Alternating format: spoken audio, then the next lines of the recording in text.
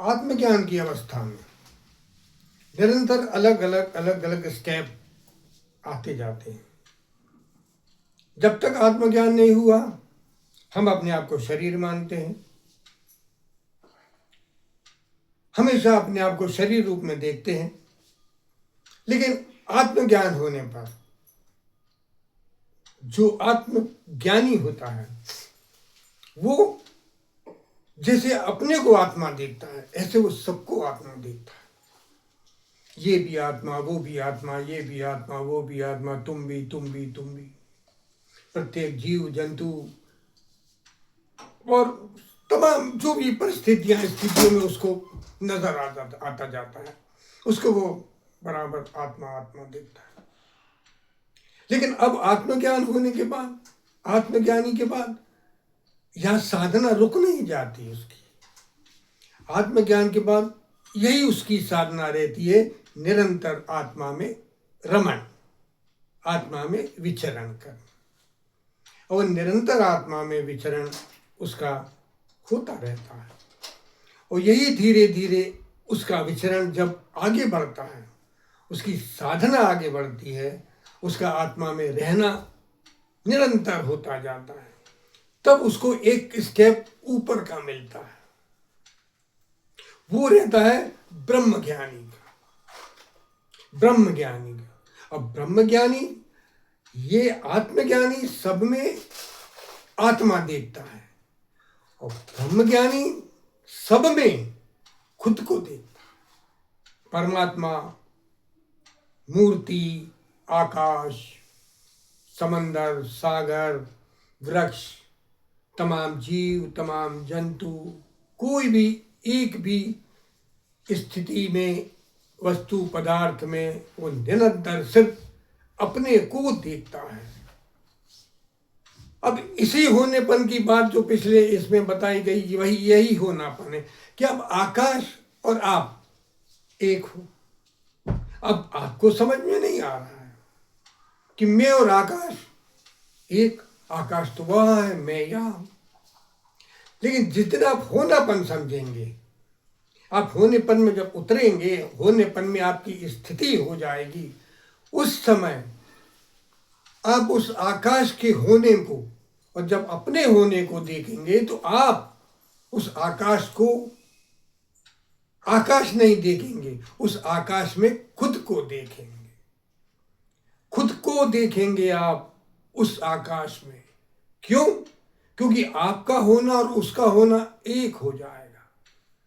फिर आपके पास जो भी तमाम संसार में जो भी आपको नजर आता है, सब में आप उसको खुद को देखेंगे। मंदिर जब अवश्य जाएंगे, आप अवश्य जाएंगे मंदिर, सामने मूर्ति रहेगी, लेकिन उस मूर्ति में, मूर्ति तो दिखेगी आपको, लेकिन मूर्ति में आप अपने को देखोगे। फर्स्ट नंबर आप मूर्ति में दिखोगे, तो चाहे वो मूर्ति राम की हो, कृष्ण की हो, शिव का मंदिर हो, शिव की पिंडी हो, उस पिंडी में आपको आपका होना दिखेगा। फर्स्ट नंबर पिंडी का तो होना है ही, लेकिन आपका होना आपको उस पिंडी में नजर आएगा। तब आपको लगेगा अरे पिंडी और मैं एक हूं। अगर कोई वहां आरती कर रहा हो और आप क्षण भर को बस स्थिति में रहेंगे, तो आपको ये लगेगा कि वो आरती मेरी हो रही है। आरती करने वाला तो राम की कर रहा है, शिव की कर रहा है, कृष्ण की कर रहा है, लेकिन आपको महसूस होगा कि वो आरती मेरी हो रही है, क्योंकि उस मूर्ति में आपको अपना होना दिखेगा। ये है होनापन। अद्भुत जबरदस्त अवस्था है ये आत्मा की, स्वयं की, स्वरूप की। ये अवस्था है होनेपन की। और यही होनापन सर्वत्र है, सर्वत्र समान रूप से है, सब में है। कोई एक स्थान ऐसा नहीं है जहां पर होनापन ना हो। तमाम चीजें, आप पशु पक्षियों में भी आपको पशु पक्षी में अपना होना दिखेगा।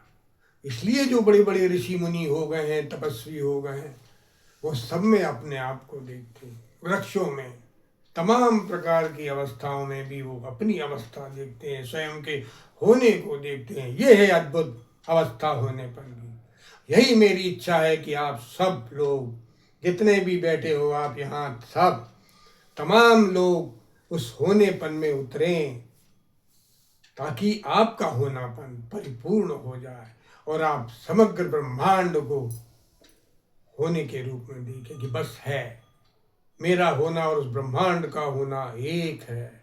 वो ब्रह्मांड अलग नहीं है, वो आकाश अलग नहीं है, वो सागर समंदर अलग नहीं है, मैं अलग नहीं हूँ। मेरा होना, मेरा स्वरूप, मेरी आत्मा, मेरा परमात्मा, ये सबका होना एक है। इसी होने के लिए लोग आत्म साक्षात्कार कहते हैं, आत्मज्ञान कहते हैं, और आत्मज्ञान के बाद फिर इसको ब्रह्म ज्ञान कहा जाता है। आप भी ब्रह्म ज्ञानी है, अभी हो, लेकिन अनुभव ना होने की वजह से आपको अपने भीतर के ब्रह्म का पता नहीं है। एक दिन अवश्य हो जाएगा।